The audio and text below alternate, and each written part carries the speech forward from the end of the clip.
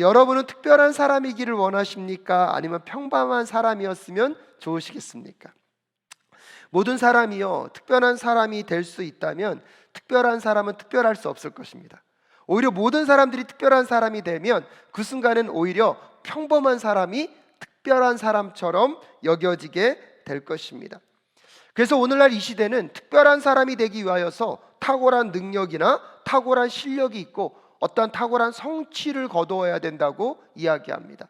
그래서 요즘과 같은 시대들은요, 평범한 사람보다는 전문가가 인정을 받고 전문가가 많은 사람들에게 우러러보는 대상이 되어지는 시대를 살아가고 있습니다. 전문가의 시대라는 것을 엄밀한 의미에서 보면요, 평범한 사람들이요 오히려 더 무능력해지는 시대일 수도 있다는 사실 기억해 본 적 있으십니까? 무슨 일만 있으면 전문가에게 다 맡기다 보니까 정작 우리는 우리 스스로 하고 우리 스스로 풀어내는 일들이 점점 더 줄어지는 것들을 보게 됩니다. 비근한 예로 여러분, 옛날에 계산기가 없을 때만 하더라도 많은 사람들이 암산과 구구단을 잘 외웠습니다.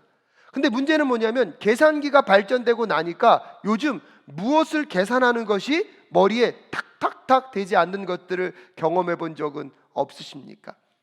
전문가들에게 다 묻다 보니까 내 스스로가 무언가를 학습하고 내가 훈련하여서 그것이 내 것으로 되려고 노력하지 않는 시대를 살아가고 있습니다. 그래서 전문가들은 더 많은 이득과 권리를 가져가지만 오히려 평범한 사람들은 그들의 일상 속에 당연히 처리할 문제조차도 스스로 처리해내지 못하는 어려움을 우리는 종종 경험하고는 합니다. 그런데 여러분, 코로나를 지나가면서 그런 전문가의 능력조차도 때때로 아무것도 아니라는 것들을 우리는 확인하며 지나가고 있습니다. 그런 점에서 우리가 특별한 사람이 되고자 하는 그 탁월성, 여러분 그것은 또한 영원한 것이 아님을 우리는 깨닫게 됩니다. 하지만 여러분, 성경의 이야기를 가만히 들여다보면 하나님은 특별한 사람들을 통하여서 특별한 이야기를 써가고 있는 것이 아니라 오히려 평범한 삶 속에 하나님의 비범한 이야기를 숨겨놓으신 하나님, 그분이 우리 하나님이신 줄 믿으며 나아가는 우리 성도님들 되실 수 있기를 주님의 이름으로 축복합니다. 그래서 앞으로 여러분과 이제 하나님의 사람 시리즈, 이번에는 다윗의 이야기를 통하여서 여러분과 함께 하나님이 우리의 삶 가운데 심어놓으신, 평범한 일상 속에 심어놓으신 비범함을 찾아가는 우리 모두가 될 수 있기를 간절히 소원합니다. 다윗이라는 이름은요, 구약에 600번 이상 언급되고 있고요, 신약에서는 60번 이상 언급된 이름입니다. 다윗이란 이름이 여러분 성경에선 너무나 유명한 이름이기 때문에 많은 사람들이 영어 이름을 지을 때도 데이빗이란 이름을 많이 선택하고는 합니다. 이름이 유명한 것도 있지만 그 이름을 선택하면서 마음 가운데 소원함이 무엇입니까? 다윗처럼 쓰임받기를 원한다. 다윗에게 공급하신 하나님의 은혜가 우리의 삶 가운데 오기를 기대했던 그 마음이 그곳에 담겨 있는 것은 아닐까요? 오늘 본문 말씀이 왜 중요합니까? 여러분, 구약 성경에서 다윗이라는 이름이 등장하는, 그 다윗의 이름이 역사로 들어오는 그 현장이 바로 오늘 본문의 말씀이기 때문입니다. 이스라엘은 지금 왕정 시대를 지나가고 있습니다. 하나님이 이스라엘의 첫 번째 왕으로 사울을 세우셨지만 그 사울은 안타깝게도 하나님께 버림을 받았습니다. 오늘 본문 말씀 1절 다 함께 읽겠습니다. 시작. 주님께서 사무엘에게 말씀하셨다. 사울이 다스리는 이스라엘을 다스리지 못하도록 내가 이미 그를 버렸는데 너는 언제까지 사울 때문에 괴로워할 것이냐? 너는 어서 뿔병에 기름을 채워 가지고 길을 떠나 베들레헴 사람 이새에게로 가거라. 내가 이미 그의 아들 가운데서 왕이 될 사람을 한 명 골라 놓았다라고 말씀하고 계십니다. 오늘 본문의 배경은요, 굉장히 큰 긴장감이 흐르고 있습니다. 왜 그렇습니까? 한 나라의 지도자가 바뀌고 있기 때문입니다. 정치 체제, 군사 권력의 모든 조직이 여러분 한 나라의 지도자가 바뀜으로 지금 변화될 수 있는 긴장선의 그 순간 가운데 놓여 있고요, 그 사명을 하나님이 지금 다시 누구에게 명령하고 있습니까? 사무엘에게 명령하고 있습니다. 사무엘도요, 이 위기와 심각성을 깨닫고 있습니다. 하나님이 지금 왕으로 있는 사울을 버리고 또 다른 왕을 뭐 하겠다는 것입니까? 세우겠다는 것입니다. 그래서 사무엘에게 너는 베들레헴으로 가서 내가 이미 세운 그 사람에게 무엇을 하라? 기름을 부으라고 명령하고 있습니다. 사무엘은요, 이 사건을 사울이 안다면 자기의 목숨이 살아날 수 없다는 것을 알고 있습니다. 왕에 대한 반역이고요, 영모를 꿈꾸는 사람이라고 오해받을 수 있기 때문에 사무엘조차도 하나님 앞에 벌벌 떨며 이야기하고 있습니다. 2절에 사무엘이 여쭈었다. 내가 어떻게 길을 떠날 수 있겠습니까? 사울이 이 소식을 들으면 나를 죽일 것입니다 라고 이야기하면서 하나님 앞에 하나님의 선지자 사무엘조차도 벌벌 떨고 있습니다. 여러분, 하나님이 얼마나 친절하신 분이십니까?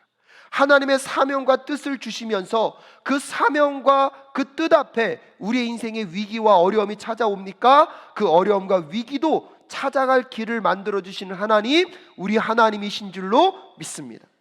사무엘은 그 일을 감당하다가 자기가 죽을 수도 있을 거라고 생각하며 두려워하고 있지만 하나님은요, 그 사무엘을 보낼 때 대책 없이 보내지 않으십니다.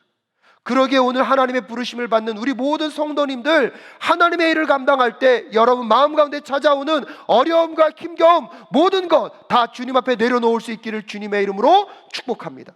여러분이 걱정하고 염려하고 근심하는 그 모든 것들에 대한 해결책을 하나님이 이미 예비하고 계신 줄로 믿습니다. 그래서 사무엘에게 말씀하시는 것입니다. 걱정하지 말아라. 암송아지 하나를 끌고 가서 사람들에게 희생 제물을 드리러 왔다고 하면 사울도 오해하지 않고 그 지역 사람들에게도 기쁨의 소식일 수 있는 하나님이 묘책을 사무엘에게 전달해 주셨습니다. 여러분, 사무엘이 그래서 베들레헴으로 갔습니다.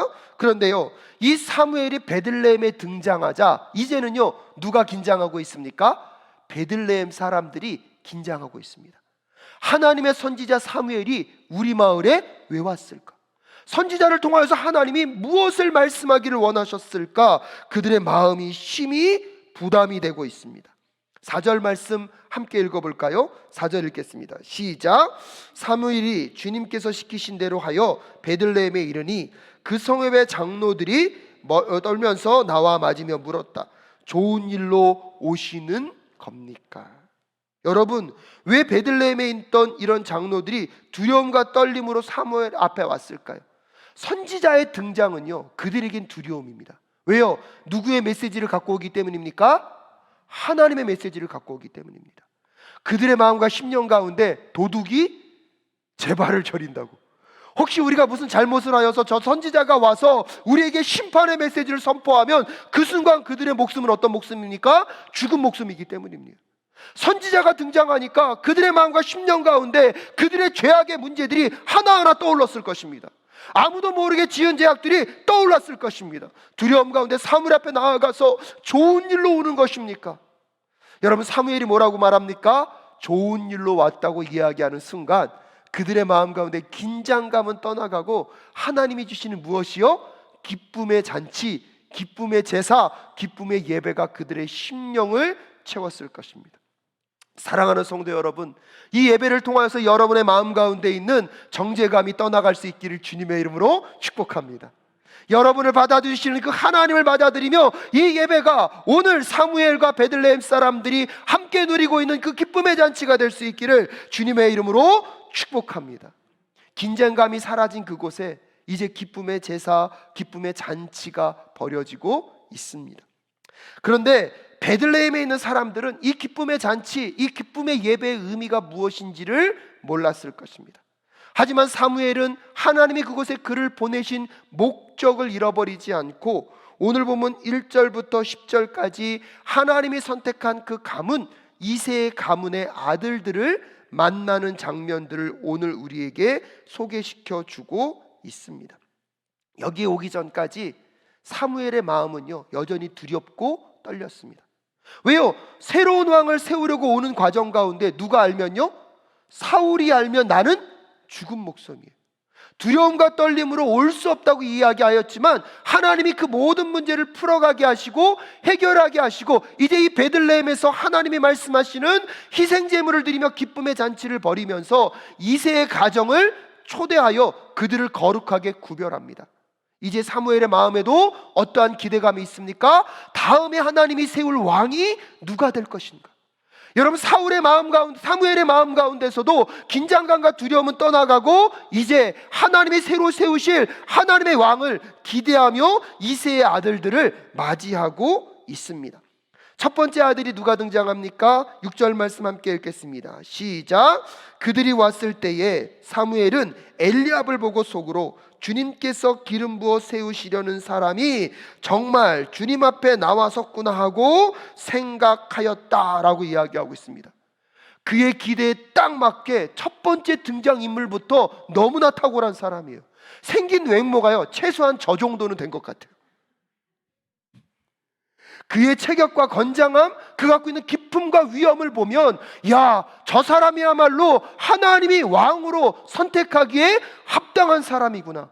엘리압의 등장에 여러분 사무엘의 마음이 벅차오르고 있습니다. 하지만 여러분 기억하셔야 합니다. 외모는 탁월할 수는 있겠지만 그의 내면에 탁월함이 없었습니다. 여러분 잘 기억하십시오.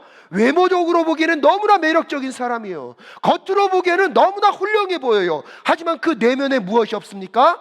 탁월함이 없습니다. 그러니까 하나님 뭐라고 말씀하십니까? 7절 말씀 천천히 함께 읽겠습니다. 시작. 그러나 주님께서 사무엘에게 이르셨다. 너는 그의 준수한 겉모습과 큰 키만을 보아서는 안 된다. 그는 내가 세운 사람이 아니다. 나는 사람이 판단하는 것처럼 그렇게 판단하지는 않는다.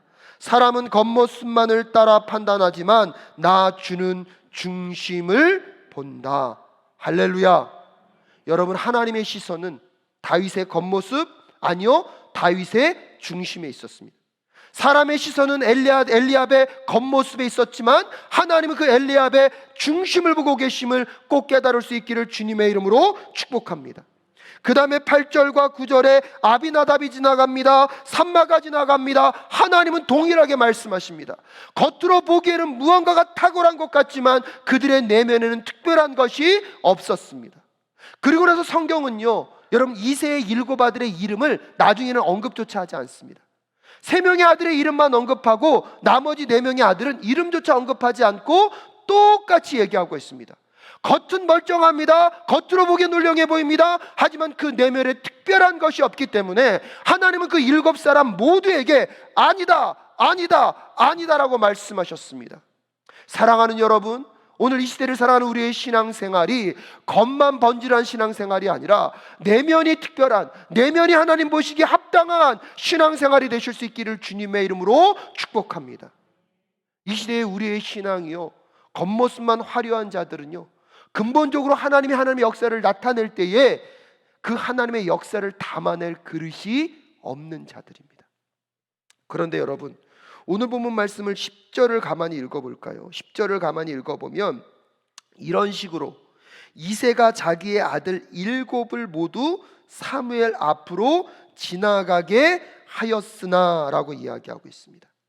여러분, 이런 식이라는 것은 무엇을 의미합니까? 엘리압과 같이 여러분 이새도요, 하나님의 선지자 앞에 그의 아들을 소개하려면 어떤 아들을 소개하고 싶었겠습니까? 잘난 아들입니까? 약간 못난 아들일까요? 누가 보더라도 인정할 만한 그런 아들만을 쭉 줄 세웠을 것입니다. 그런 식으로 세상 사람들이 보는 가치로 7 아들을 줄 세웠다는 거예요. 근데 여러분 이 7이라는 숫자의 의미가 무엇입니까? 완전수거든요. 무엇을 의미합니까? 이새가 보기엔, 세상적인 관점으로 보기에는 이 아들들만이 누구 앞에요? 하나님의 선지자 앞에 드러낼 만한 가장 합당한 사람이라는 거예요. 그 외의 아들은 여기 안에 들 수 있습니까? 없습니까? 여기 7명의 아들이라는 의미가 또 그런 의미가 있는 것입니다. 그런데 여러분, 그 세상의 가치관, 세상의 시선과 하나님의 시선이 다름을 오늘 깨닫는 우리 모두가 될 수 있기를 주님의 이름으로 축복합니다. 그래서 오늘 11절 말씀에 사무엘이 다시 이새에게 묻습니다. 아들들이 다 온 겁니까? 하고 물으니 이새가 대답합니다. 막내가 남아 있기는 합니다만 지금 양떼를 치러 나가고 없습니다 라고 이야기하면서 8번째 아들을 이야기합니다. 여러분, 이름조차 밝히지 않습니다. 다윗을 뭐라고요? 막내라고. 근데 이 막내라고 말하고 있는 히브리 말 카타는요, 작다, 젊다. 마지막은 무슨 뜻이 있냐면 중요하지 않다란 뜻을 갖고 있어요. 다윗은 아빠가 보기에도 아들이긴 하지만 어떤 존재예요? 중요하지 않은 존재예요. 그래서 가정 안에서도 중요한 일을 맡길 수가 없어요. 누구나 할 수 있지만 하찮은 일인 뭐나 치는 일이요? 양떼나 치는 일. 오늘날로 말하면 뭐냐면 슈퍼에 가서 엄마가 1,000원 주니까 두부 사와라, 뭐 주니까 가서 음료수 사와라, 이 정도의 심부름만 할 수 있다고 생각하는 가장 한찮게 여겨지는 사람이 누구였다는 것입니까? 다윗이었다는 것입니다. 사랑하는 여러분, 세상의 기준으로 보면요, 다윗은요 중심부에 있었던 사람이 아니라 주변부에 있었던 인물입니다. 세상의 기준으로 보면 다윗은요 탁월하거나 축출한 사람이 아니라 그냥 평범한 사람들, 일상 사람들이 감당하는 그런 평범한 일을 감당했던 사람이 누구입니까?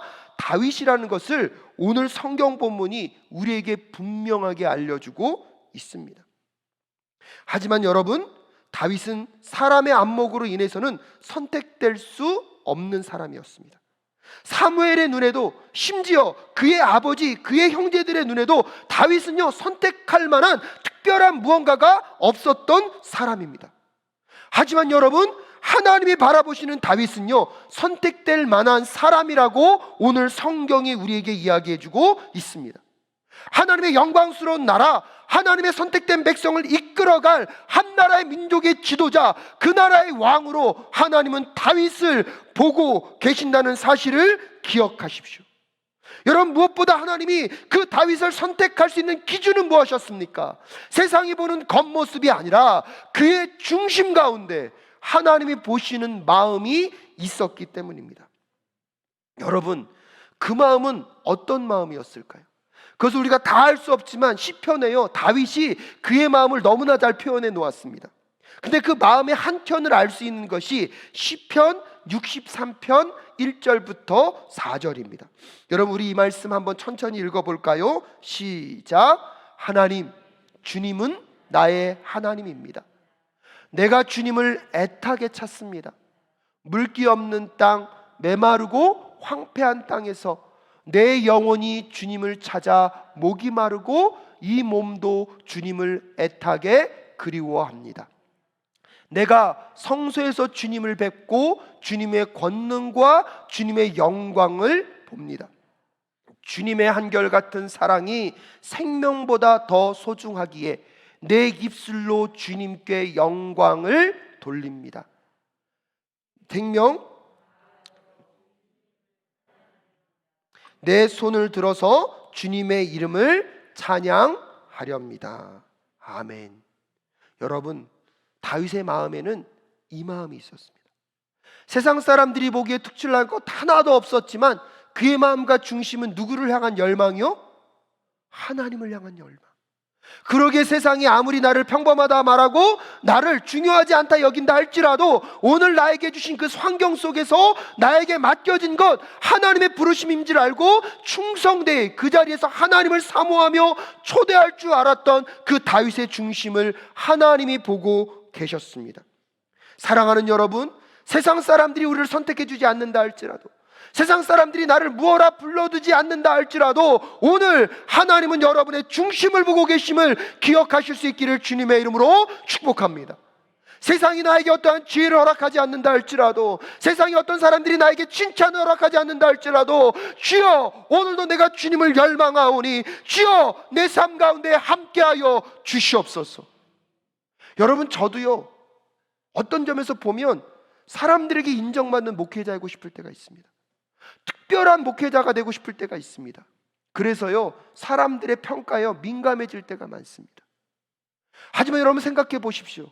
세상 사람들이 저에게 아무리 손가락질을 이고 한다 하더라도 하나님이 이거라고 하시면 여러분 그 순간 내 인생은 어떤 인생입니까? 이런 인생입니다. 세상이요 우리의 인생을 이렇게 말한다 할지라도 오늘 하나님이 우리를 향하여서 이렇게 말씀하시면 우리의 인생 이런 인생인 줄로 여러분 믿으십니까? 여러분 다윗의 이야기를 통해서 우리에게 주시는 메시지가 그겁니다. 여러분 다윗은요 특출난 사람이 아니었습니다. 탁월한 사람이 아니었습니다.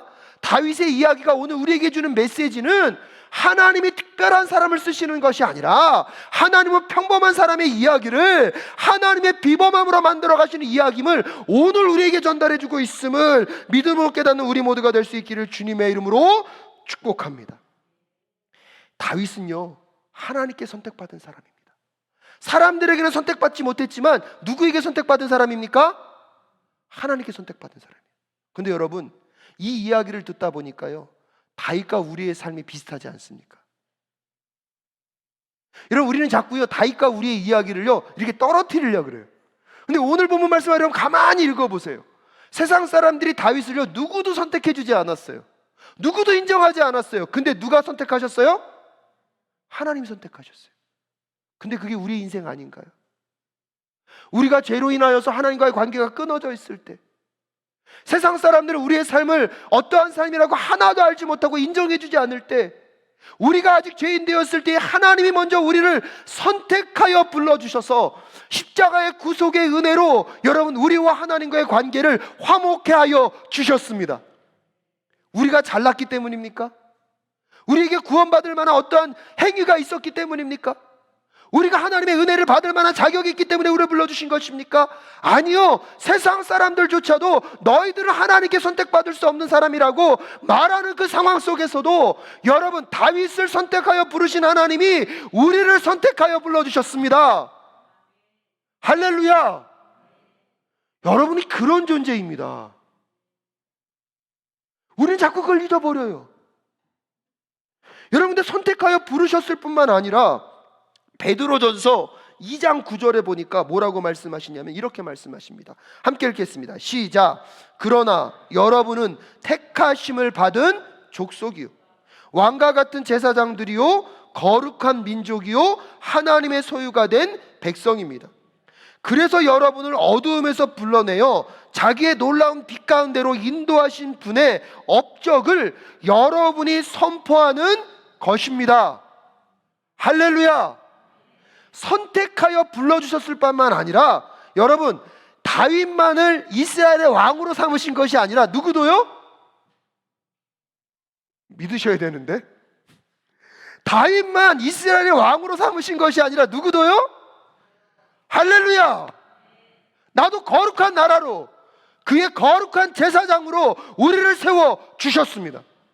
그래서 우리에게 명령하시는 게 무엇이냐면 하나님의 거룩한 제사장, 거룩한 왕 같은 하나님 나라의 대리 통치자로 이 땅 가운데 하나님의 거룩한 나라를 선포하라고 우리를 선택하여 부르신 하나님을 다시 고백하며 나아가는 우리 모두가 될 수 있기를 주님의 이름으로 축복합니다.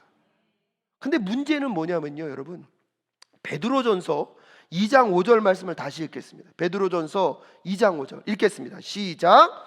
살아있는 돌과 같은 존재로서 여러분도 집 짓는 데 사용되어 신령한 집이 됩니다. 그래서 여러분은 예수 그리스도로 말미암아 하나님께서 기쁘게 받으실 신령한 제사를 드리는 거룩한 제사장이 되십시오. 아멘이십니까? 여러분 그 말씀 다시 띄워주십시오. 맨 마지막 문장을 보십시오. 거룩한 제사장이 뭐예요? 이건 누가 되라는 겁니까? 하나님이요? 아니요. 하나님이 누구에게 명령하시는 거예요? 여러분에게 명령하시는 거예요. 하나님이 선택하여 부르신 자들에게 당신들이 무엇이 되라? 거룩한 제사장이 되라. 근데 여러분 우리는 신기해요. 나는 그 자격이 없다고 생각해요. 나는 거룩한 제사장이 되기보다 그냥 내 옆에 있는 누군가 거룩한 제사장이 되려고 제사장을 세우려고 하지 내가 뭐가 되려고 하진 않습니까? 제사장이 되려고 하진 않습니다.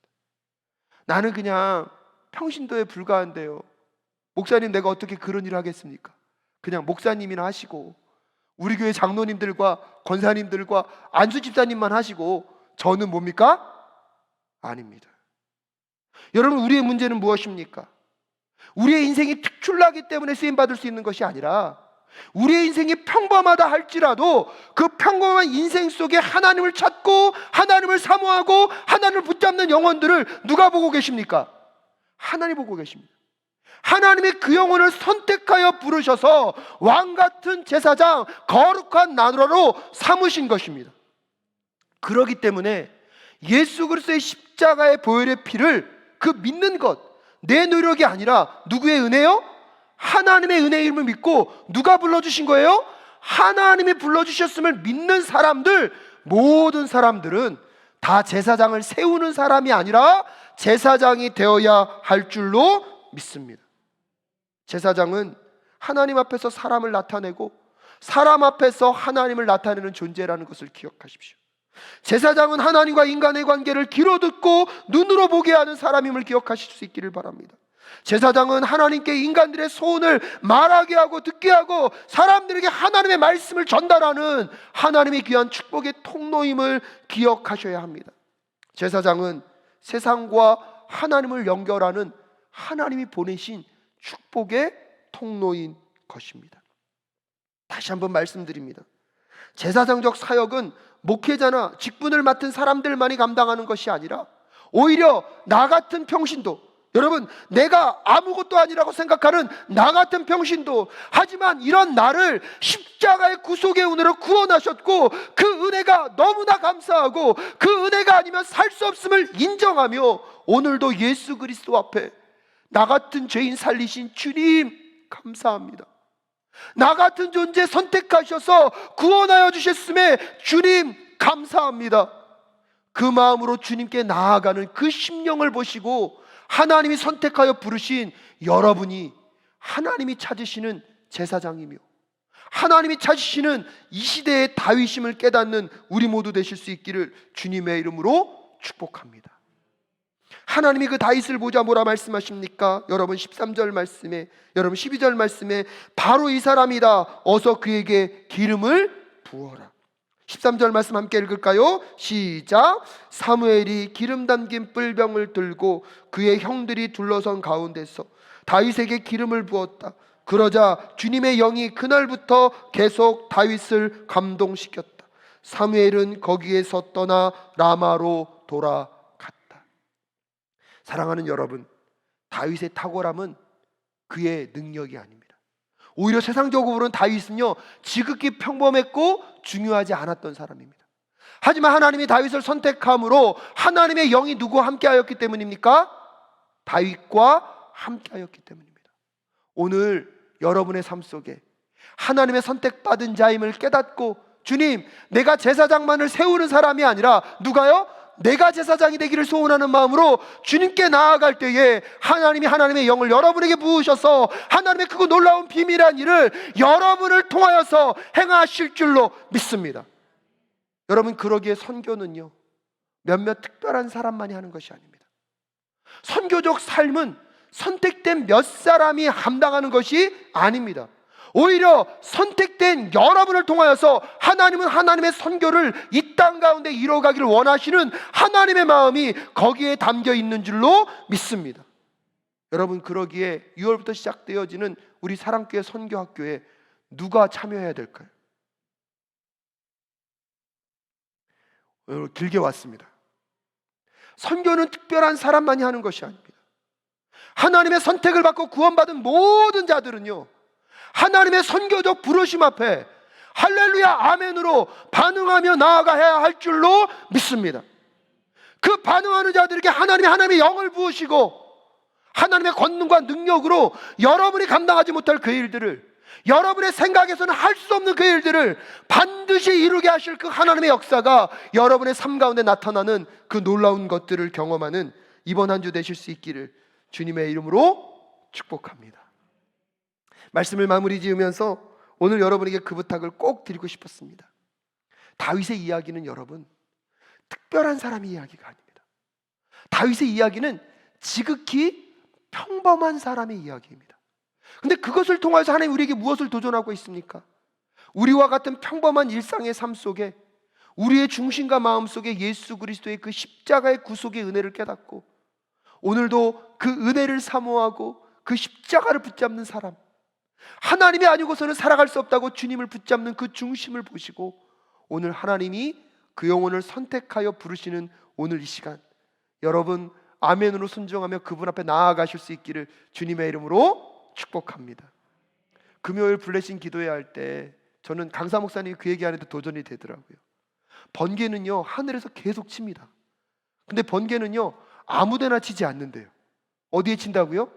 꼭대기 높은 곳에 피레침처럼 서 있는 그 꼭대기에 뭐가 친다고요? 번개가 친대요. 오늘 성령께서 여러분의 마음과 심령 가운데 감동하기 원하십니다. 근데 여러분 그분을 사모하고 여러분 그분을 향한 열망을 높이십시오. 평범한 여러분 일상 가운데 찾아오셔서 여러분의 일상 속에 하나님이 만들어 가시는 그 특별함, 그 비범함을 만들어가는 이 한 주 되실 줄로 믿습니다.